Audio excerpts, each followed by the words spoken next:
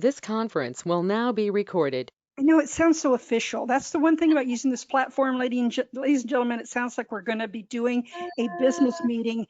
And actually, that's really great because today's guest does have an MBA, very impressive. I don't know how she managed to squeeze that in between all her other activities, but she is considered the chief spokesman, I guess, cook, bottle washer for a band that I just came across. I have to tell you, one day I was on the internet. And I usually don't pay attention to what YouTube suggests for me. Usually they just, I mean, it's like YouTube, you don't know me, right? And and so I'm going to turn my webcam off right now. But so usually I just ignore it. But this Petersens people kept coming up on my screen and saying, "You need to listen to this. You need to listen to this." So I looked at it and I said, "Wait a minute. This is a bluegrass version of Bohemian Rhapsody. What the heck is this?"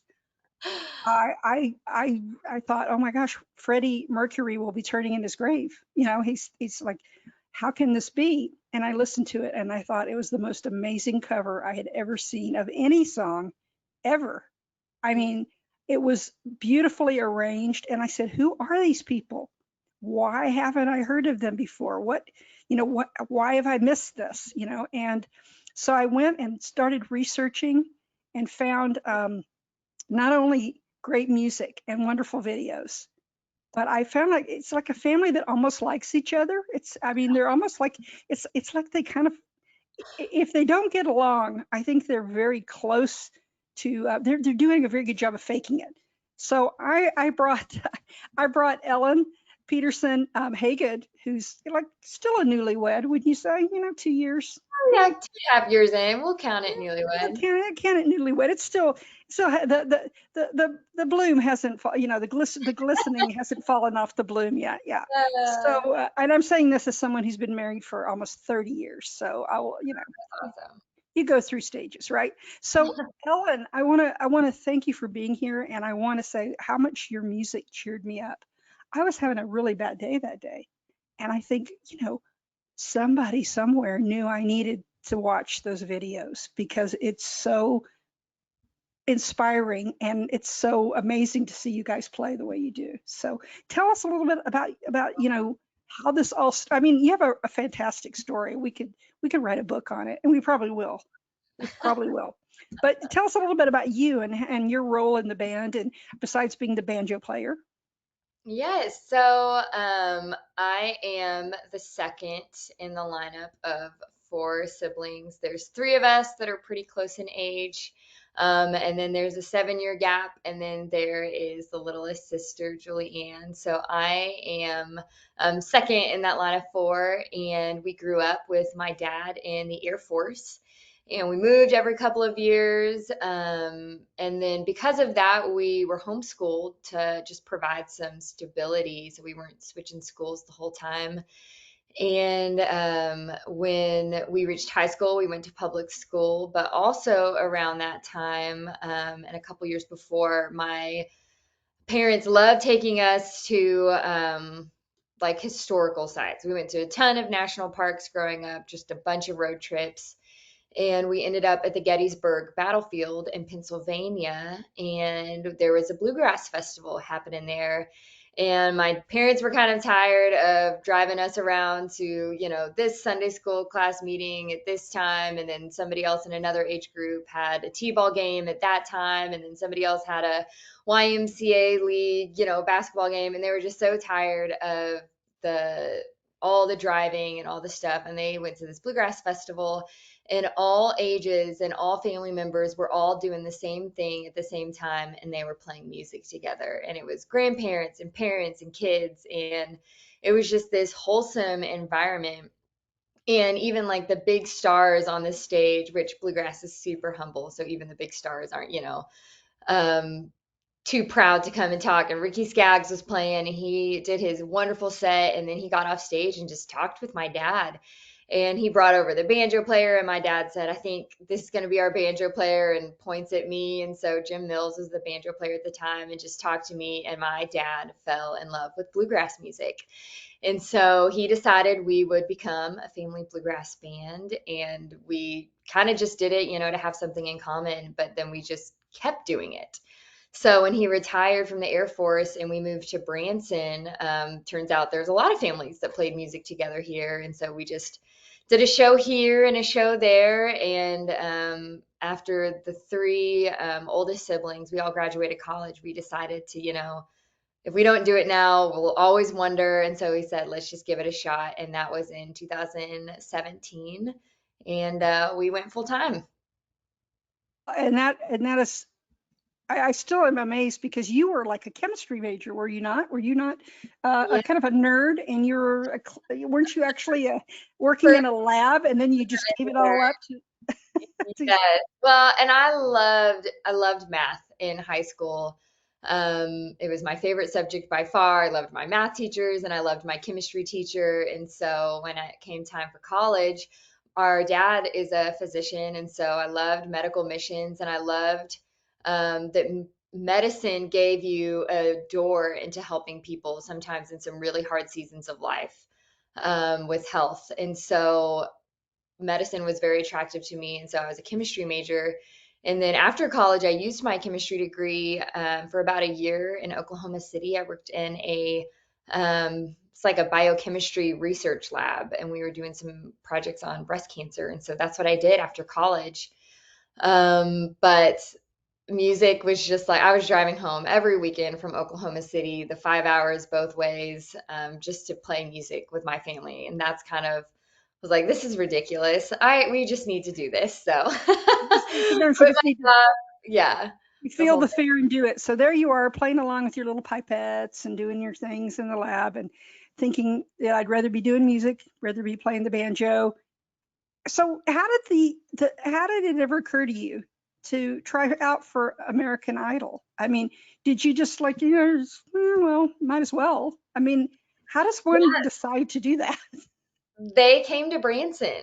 So American Idol did a bus tour, and they were like literally a mile and a half from my parents' house. And so like I said, I was driving home every weekend. And so one of those weekends, me and a bunch of friends, we all just like did it for fun. And I was so torn on, do I just sing or do I play the banjo and yodel? Because you know what is going to make you stand out, but it's like so terrifying because you're like, oh my gosh, I'm going to be some hillbilly on TV. But I was like, okay, you have to do it. And so I was like, all right, Sorry to disabuse you of that notion, but I think you were the last thing I would consider to be a hillbilly. I mean, honest to well, goodness, you guys are the most telegenic family band I've ever seen. It's like everybody there is just all put together and all just everybody's pretty. I mean, come on, good genetics, right? But so I would never have mistaken you for that. I thought it was great the interaction that you had with Keith Urban because he loves that kind of music, and you could yeah, tell he was into it. And I think the other judge was Harry Connick Jr., if I'm not mistaken. And then there was who was the chick? What's her name? Lopez. Yeah, yeah, Jennifer Lopez. Gee, I don't know who she is. Anyway, just kidding. Um, no, so I thought that was amazing. So you did this, and you actually got passed through, and you went to, I guess, to California, and Beverly Hillbillies, and so you went there, and you ended up like in the top 50, correct? I mean, so Yeah. it was better than you expected. I mean, you just sort of did it as a lark. Yeah, there was no grand scheme on, I never thought I would make it that far. It was purely just for fun. But I learned so much, and especially because I am interested in the business side of music and entertainment. It was so interesting to see behind the reality TV singing competition, like what actually happens and kind of the things they look for. And there were so many talented people that went home either before me, like far better singers and musicians than me. But it was interesting to see kind of who they put through and what they were looking for. And, they're a business just like everything else, and they can't have a country singer win every year. Eventually, they're going to have to present some really good pop singers or some really good rock and roll. So it's fascinating to see, like, okay, here's who they've kind of had win the past couple of years. Here's who like they think might do well in the music industry this year, and because you get like a contract and all the things. So it was so beneficial to kind of just watch, and the producers were awesome, and I loved the judges, and I made some really great friends that I still keep in touch with. Actually, one of the girls that went on in the competition, Jax, she's now super famous on TikTok. So that's been fun to kind of see her journey. And like, there's several other people that were alongside me that, and it's just fun to see where they end up in the entertainment industry if they kept going. So super cool. What I think is interesting as I looked at this was that people don't necessarily, people who are really dedicated to pursuing a career in music do not get discouraged, even if they don't make it through this competition. A lot of them have gone on that were passed over to do great things. I mean, it's very common. You have to have that fire in the belly, driving you. Otherwise, you're going to get, I mean, there's rejection all over the place. And, I just can't imagine anybody rejecting you guys. Now, so you move forward with your career in music, and you guys are playing more and more, and you end up with this show in Branson. So it becomes super popular. Apparently, I've never been to Branson. I've been to other parts of the Ozarks. I haven't been to Branson. My parents went there several times, and they really enjoyed going to all the theaters and stuff. I have no idea what Branson's like, but tell me, what is it like to have this show, and how did you refine it, and how did you decide what the themes of your shows are going to be? How do you do that? Or I guess you're behind that a lot.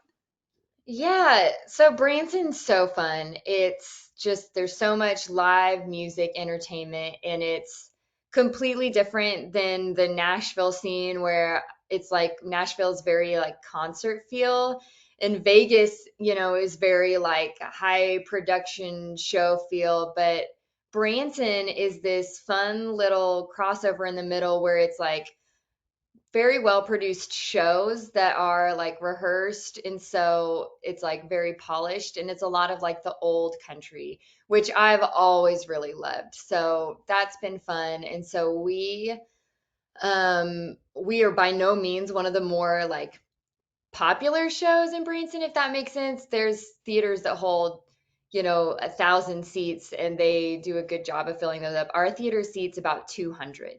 And so, but what we've done is found like a cool niche in the Branson market where, yeah, it's just like our family show. And honestly, our show started gaining more popularity in like the 2018, 2019 was when we actually started seeing some growth. I mean, we started doing the show in 2010, like as a hobby. So we have been doing the show unsuccessfully for many years just because we loved playing music together, not because we were being successful at it or making any sort of money. But we were slowly growing, and then and what our show was like was people would walk in and we would like win them over. They've never heard of us, but they wanted to see a bluegrass show in town, and someone said, "Oh, you should go see the Petersens."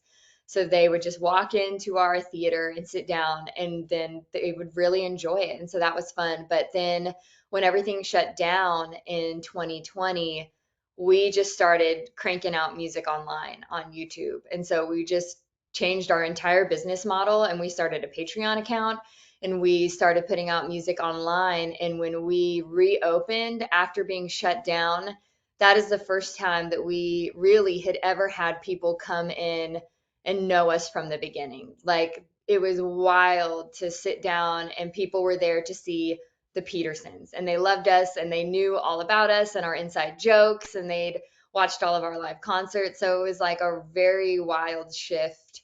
And since then, it's still been like just steadily growing the show, Yeah, but it's been fun because it's people coming that know us from the and start. that's much better. Yeah, I mean, you got groupies now. That's what you're saying. You're saying it in a nice way. You Yeah, got some, well, it's you just got some fun groupies. because instead of having to like specifically build the show around, okay, well, let's introduce Matt now and let's kind of build his character, and he's the brother, and then like they walk in and they know us, and it's very, very fun, and it gives us a lot more freedom to do the show how we think people would enjoy it, as opposed to like starting from scratch every single time we I get on having to stage. kind of having to prove yourself every time. So can Yeah. you see my screen a little bit? Can you introduce all these people that are here in this picture? Yeah, Yeah, so yeah, you have picture from our website. your dobro So guy. yeah, so our bands consists of four siblings, our mom, and then our good friend Emmett Franz on the dobro. And he also grew up playing with his family. He is so talented on his instrument, the dobro, which a lot of people have never heard of before. And then he's also a great singer. So he joined our group, and that's when we actually started sounding really good. Like he's so talented at arranging songs, and his dad actually runs our sound. And people come, this is the most common thing I hear at our live shows is, I was really scared to hear you do a live show because I love you so much online and I didn't know if you would measure up. And everyone says you sound better in person than you do online. And that is because of Emmett's dad, Randy, and how talented he is at doing live shows. So we're super, super thankful for the Franzes, and Emmett is our dobro player. And then next to him is our oldest sister, Katie, on the violin, and or the fiddle, as bluegrass people call it. And she is our musical band director. So she organizes all of our rehearsals. She's in charge of all the arrangements. When we record something, she's the one listening down and making sure it sounds good. And she's just so talented, and she's also great at the organ, and she plays the ukulele and the piano. And then that's me next to her, and then our mom is next to me on the stand-up bass. And she actually has her master's in music education, and is when we show up to rehearsal and we're learning new music, she comes with like the chord charts and it's like, okay, here's the first arrangement draft. And if I'm like, I don't know how to play, a seven diminished, she's like, well, just add the fifth over. I don't know. She's just super talented. She's like, move your index finger down one. So mom like definitely helps us like pick the harmony parts and do all that fun stuff. And then next to her is our littlest sister, Julianne, on the mandolin. And she's the baby of the family, and she is finishing up her senior year of college this year. So she's actually spending the next semester studying over at Oxford University in the UK. And then she'll finish up her last semester at her college down in Arkansas. She's studying English literature and philosophy, and she's just the cutest. Her voice is like haunting and mesmerizing, and Her people love. voice is amazing. I've Yeah, never heard. It's got a yeah. life of its own, doesn't it? It's got its own kind of sound. Very Yep, good. it's super unique. Just the tone is beautiful. And she also keeps us like trendy. I manage the YouTube channel and the social media and the website, but I am always bouncing ideas off of her. Like, is this look weird? What do people like nowadays? She is like our connection to what is trendy in this world. So that's Jules. And then Matt is the only brother of the siblings, and he plays the guitar and sings, and he's also super funny. And so he kind of does a lot of the MC work on stage, and no live show is ever the same. And that is because you never know what Matt is going to say. And so that keeps it always super fun for us, even though the songs are the same. We love interacting with the audience, and Matt is a big part of that. And he also runs all of the business aspects of the group. So if we're booking a show or if we're, figuring out contracts or whatever, that's Matt. So he keeps us paid, and we are very thankful for And that. wow, and running in the background like a powerful computer program is your dad, right? We don't want to leave him out of this because he. Dad definitely started. He's been like the visionary, so we would not have been the band without him. And he still works full time, so he's not super active in like the music band, but he did sing and play guitar on one of the songs we just recorded on an album in Nashville. So he's still a part of it, but he also is a really great physician, and so he's still kind of doing that. And believe me when I say that pays a lot better than what we're doing with our banjos. Well, yeah, but we want to set out to change that because I'll tell you, here's the thing. One of the things that really happened that it was in your favor was like, I believe it must have been in the early 90s when Alison Krauss and some of those groups became nationally prominent. And it kind of rekindled, I think, Americans' connection to bluegrass, which is a truly American form of music. And it has its deep, deep roots. And it connects a lot of people in a lot of places. I know that my mother, who recently passed away, was a very, very big bluegrass fan. I remember my grandmother, the only entertainment they had when she was young was listening to the radio. And you'd have family bands like the Carters, but Yeah. you'd have Bill Monroe, and you'd have people like that, Ernest Tubbs, and those people. And you're very self-deprecating, and I love that about you. But I want to say that I was insulted when I read a story about you where they said, well, you're talking about all your siblings and they're multi-instrumentalist. And then they said, well, she only plays the banjo. That is like one of the hardest instruments to play ever. Why would people be so like, that's insulting to me, because I have tried to play, I have tried to learn. I know it's super, super hard. And it's like, that's, I think that saying that you only play the banjo is like, not a I very good will thing. say the banjo is intimidating initially because it is hard to do like the chords on the left hand while you're doing the roll pattern on the right hand. But the mathematics behind the banjo actually do make it not a super hard instrument to Oh, play. here comes the nerd. Here comes the nerd part. So just you can get past the initial roll pattern and like the left hand, figuring out the chords and like working your way down the neck is like once you get over the initial thing, it like I would much rather play that than the guitar because your fingers hurt playing the guitar or like the violin or the dobro sound incredibly intimidating. Plus, it's terrible for your manicure. I mean, the guitar, right? Yeah. I had a Actually, friend once who is a great guitarist, and she would not go any further with her music because she refused to cut her nails. Is that crazy or what? I mean, she she just oh, wouldn't do it. She wouldn't do it. interesting. I don't know. That's vanity. But what's so great is that you guys, in your videos, what comes across the most is not only your exceptional musicianship, but the fact that you're playing off of one another. You can tell that there's a lot of unspoken things going on, little looks that I catch thrown between people. So is the dynamic like that most of the time? I mean, I know siblings. I had 3 sisters, so I can totally relate to your situation. There's always going to be some competitiveness. There's always going to be some things about which you disagree. But what's this unusual chemistry you guys have as a family? My goodness, it is crazy. It's just the Lord, and that is the only explanation for it because we do love hanging out together. And we've all been gifted in different areas.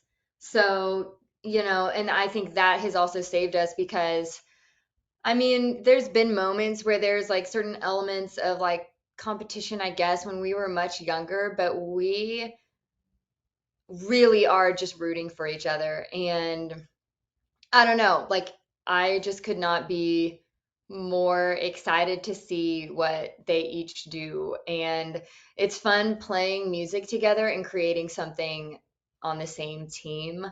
Um, yeah, so I don't know. It's just, I think the Lord has given us all the same calling and purpose.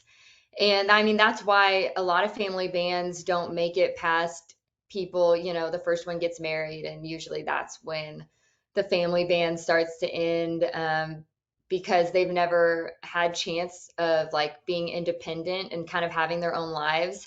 But our I mean, each one of us have different lives and things that we're really excited to do outside of the band as well. And it's fun to cheer Matt on as he's, mentoring some kids in our church's local youth group, or he's an avid runner. So I like to go watch him run his races. And Jules is talented in so many different areas, and Katie's super skilled in like hosting events at her house and bringing her neighborhood community together. And she volunteers at our church's like ESL program because she learned Spanish in college. And it's just fun to see like the different areas that we're excited about. And then like when we come together to do music, we were all very passionate. And you said something at the beginning of the interview where you were having like a really bad day. And then all of a sudden you found the Petersens. And that is 90% of the stories that we hear of people that find our music is they were going through a rough season. They, were isolated by themselves during COVID, or somebody had cancer, they just lost their mom. And for some reason, that is when they stumble across our family. And I just never want to forget that, and to see why I was attracted to do music or medicine initially was because I wanted to help people, going through a rough time. And it's been cool to see how the Lord has done that through music. And I wanted to do medical missions and, help people all across the world. And like most of the people that watch our music online do not live in the United States. And it is incredibly humbling because that's not anything that we could have done. Like there's no reason we should all still get together and cheer each other on, but like we do really mean it and love it. And um, it's crazy that people from all over the world watch this little family in the Ozarks, and it's just like, that's not us. There's no reason it should be us. So it's No, just, I don't think it's by coincidence. And I think that medicine is very, music is very healing type of medicine all on yeah, its own. It's sure. got what's funny is that I used to live overseas myself, and um, I can send a piece. I sent Carrie Underwood's, and I'm sure you've seen this, Carrie Underwood's version of How Great Thou Art, Yep. which is a classic. I mean, that one, I just fell apart when I watched that one. And I sent it to a friend of mine who doesn't speak English, only speaks French, and she had the identical reaction, even though she did not understand the words at all. And I asked her, "What do you think that song's about?" She goes, "I'm not sure really, but I think it has something to do with spirituality because I'm feeling that when I listen to it." And I went, "That's so powerful. I can't believe that music, just an arrangement of chords and things, has that kind of transformational power." Yeah, for sure. But I'm sure that always astonishes you year after year that you do this when people come up to you and say, I was going through grief and this brought healing, or this made me smile and I hadn't smiled in a long time.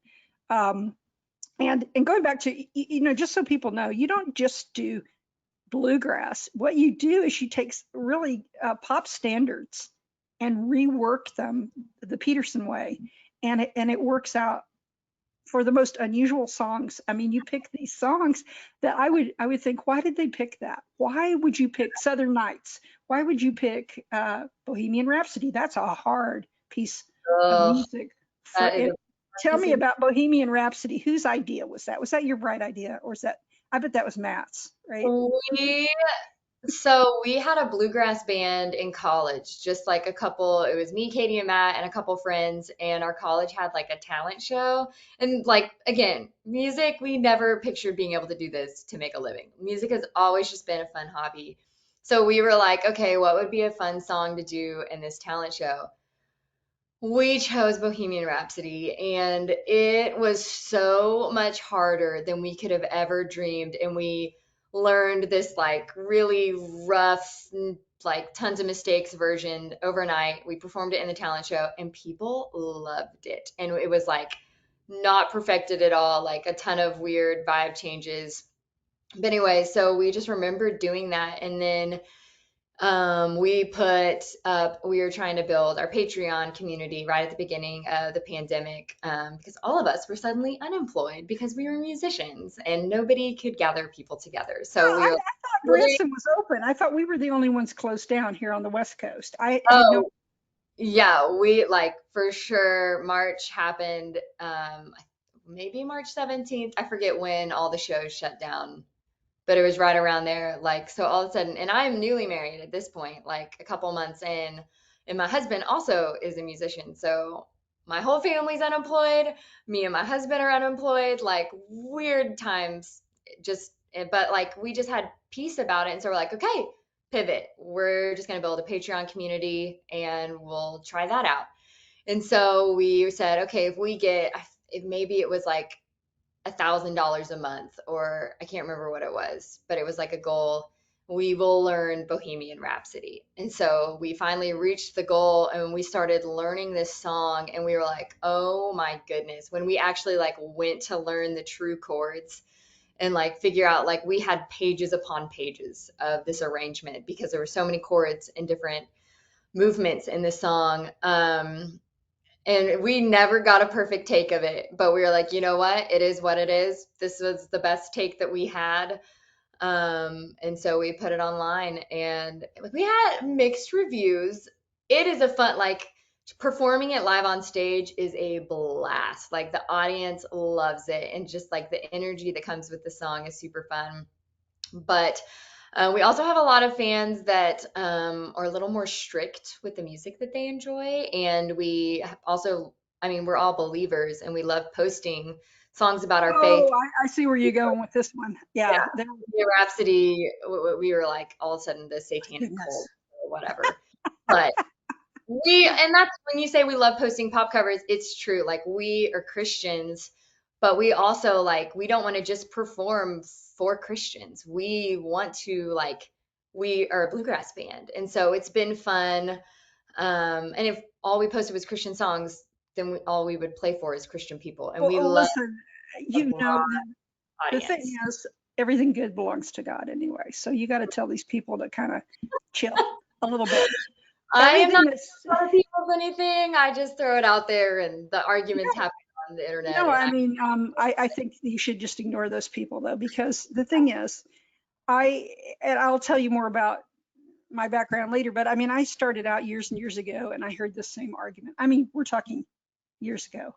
Um, and the thing is, if it's good, if it's done well, and if it's done with the right attitude, it's holy. So, so you have to just take that with a grain of salt, because I thought that was the most amazing. I have a friend who's a big Queen fan. This is a tribute to, and I sent it over to him and I said, what do you think? And he goes, I never would have believed it, but it's amazing. well, it is fun, and I see all sides of it, but it's a fun song to play and jam out to, and yeah. So Bohemian Rhapsody is like just an example of a song that we enjoyed taking and converting over. We did The Scientist from Coldplay. We love old country, so we've done a lot of that. Um, we've done, yeah, I don't know. Music is just so much fun, and it's fun to like take a song and make it Peterson style. So when are you going to go on tour with, like, I don't know, Vince Gill or somebody like that? When are you going to open? Oh gosh, we've never really had that opportunity. The closest, and this is not even like an ounce of us going on tour, but like one of the greatest honors I think our band's ever received is James Taylor is on tour, and to open up his show, he does like a montage of different artists covering his songs, and he shows a clip of our family covering Carolina in My Mind right before his show starts. And we've had so many people that love James Taylor go to his concerts, and they also love our family. And so they will send like a clip in of our family on like the background screens opening up for James Taylor. So that's the closest we've ever got, and That's believe me, that that's is not us at all. well, that is way, way cool though. That is way cool. I mean, the guy's an icon. So, I could talk to you all day. I think what you guys are doing is amazing. I think it's healing for a lot of people, and I think right now our country needs a little bit of levity and a little bit of entertainment and a little bit of feeling like we're not so divided. And so Mm. what I see with you guys on stage is, what it can look like to live in a place where people like each other and actually maybe get along, at least for a while, until somebody, says something a little bit, yeah, throw some shade some way. But I mean, most of the time we're so busy fighting and concerning ourselves with all the things that are going wrong in the world, we forget what we have that's right. And I think music is the great unifier in that regard. So I have a couple of venues. What I'm going to do is, like I said, first of all, I want you to tell people how can they go to your Patreon and support you? Once they've seen your amazing videos, they're going to want to do it. Yeah, so the best way, if you want to find out about our family, is just to search for the Petersens on YouTube, and there you can just do a deep dive of all of that. And if you like it, you want to support us, we would be super honored to have you on our Patreon. But I know that's not reasonable for everyone, and times are getting hard. So, but if you do have the means and you want to support our family, we'd be honored to have you. Just search for patreon.com/the Petersens. And all that information's on our website, petersenband.com. yeah, so if that's something you're interested And, in, and tickets too. If you're going to be in Branson, you're going to want to see this, right? So you can get yeah. tickets on your website. Yeah, so our website has links to our tickets in Branson. We do go on tour very sparingly just because our Branson schedule keeps us pretty busy here. But we're about to be in North Carolina, Pennsylvania, and Franklin, Tennessee. And then we are also going to be in Grapevine, Texas again in December. So all that stuff's on our website. Yeah, we'd love to have you come see a show. That is so amazing. So again, my guest today has been the fantastic. Ellen, what do you call yourself? Are you the cornerstone of the band? I mean, are you My what's your long official title? What's your official title? I guess marketing. I'll be the marketing director. She's the marketing director of the band. She's also the banjo player and the spokeswoman, and probably going to do some commercials once they get all their endorsement deals. You'll be out there hawking shampoo or something. I think in your family you probably go through a lot of shampoos, so we should get you a shampoo deal. And you guys really that are listening, and I'm promoting the heck out of this particular episode because I want people to find your music. I really do. And so I've devoted myself to doing it. So we're going to do that. And then I'm going to, on the show notes, I'll put links to your website and all that stuff on the show notes. And I'll send you this and you can use it however way you want, whatever. You can edit me out of the beginning of it or whatever. And I'm going to just really quickly turn this off for just a second. So stay on for a minute and then I'll tell you some stuff that you'll want to know. So hang on a sec.